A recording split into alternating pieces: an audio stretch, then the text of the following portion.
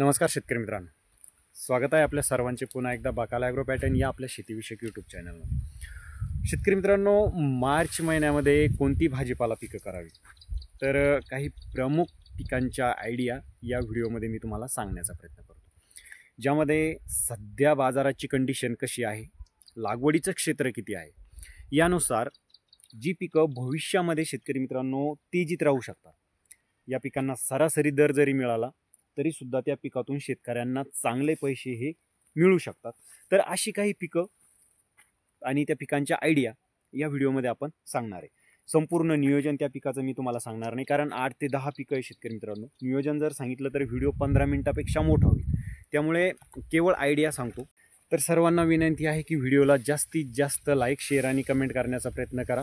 सोबतच हा व्हिडिओ शेवटपर्यंत बघा आणि चॅनलला सबस्क्राईब करून नोटिफिकेशन बेल ऑन करा, म्हणजे येणाऱ्या प्रत्येक नवीन व्हिडिओचं नोटिफिकेशन हे तुम्हाला मिळेल।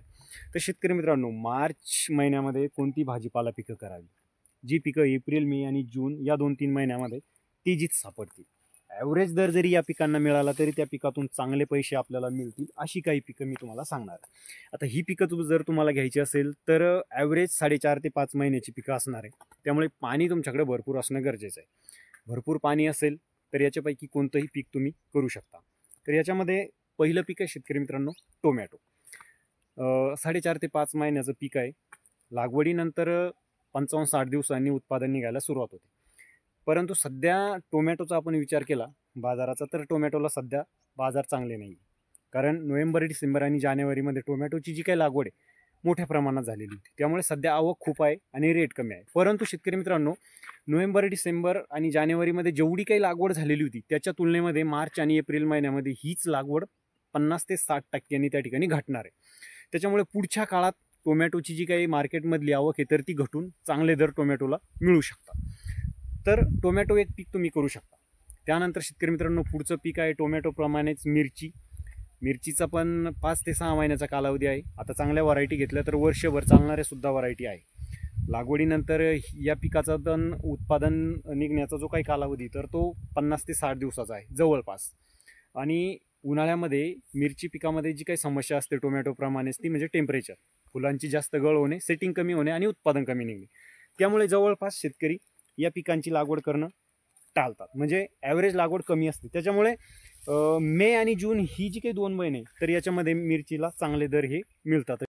त्यानंतर तुम्ही दोडका पिकाची लागवड करू शकता। 4.5 ते 5 महिन्याचं पीक आहे शेतकरी मित्रांनो। लागवडीनंतर 45-50 दिवसांनी याच्यातून उत्पादन निघायला सुरुवात होते।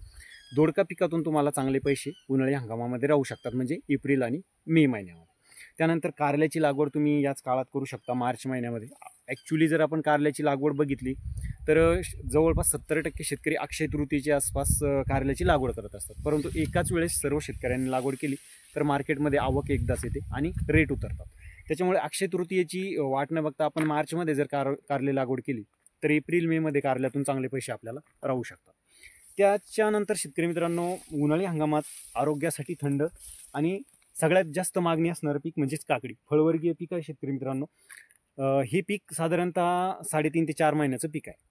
लागवडीनंतर 35 ते 40 दिवसांनी याच्यातून उत्पादन जे तर निघायला सुरुवात होते। तर काकडी एक पीक तुम्हाला प्रॉफिटेबल त्या ठिकाणी राहणार आहे, त्याची तुम्ही लागवड करू शकता।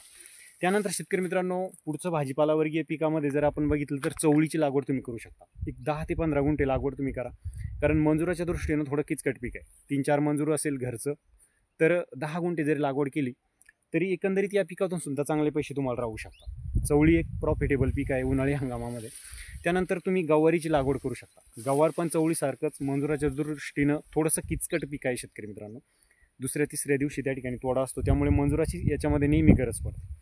घरचं मंजूर असेल तर तुम्ही 1 गुंठे जरी लागवड केली तरी खर्च वजा जाता, म्हणजे 2 ते 3 दिवशी तुम्हाला 1000-1200 रुपये हे पीक देऊ शकतं, म्हणजे घर खर्च तुमचा चालेल अशा स्वरूपाचं एक पीक आहे। त्यानंतर शेतकरी मित्रांनो, भेंडीची लागवड तुम्ही या काळात जर केली तर भेंडी लागवडीतून सुद्धा चांगला प्रॉफिट तुम्हाला एप्रिल, मेच्या काळामध्ये त्या ठिकाणी मिळू शकतो। उन्हाळी हंगामामध्ये भेंडी एक प्रॉफिटेबल पीक असू शकतं। त्यानंतर शेतकरी मित्रांनो, सगळ्यात जास्त खर्चिक आणि सगळ्यात जास्त उत्पादन देणारं पीक म्हणजेच कलिंगड। कलिंगडाला खूप मागणी असते उन्हाळ्याच्या हंगामामध्ये, तर कलिंगड एक पीक तुम्ही करू शकता। 60-70 दिवसामध्ये हार्वेस्टिंगला येणारं पीक आहे, पण खूप जास्त खर्चिक आहे शेतकरी मित्रांनो। खर्च जास्त आहे परंतु उत्पादन पण चांगला आहे आणि रेटसुद्धा या काळात कलिंगडाला चांगले मिळते. त्यानंतर गिलके या पिकाची तुम्ही लागवड करू शकता.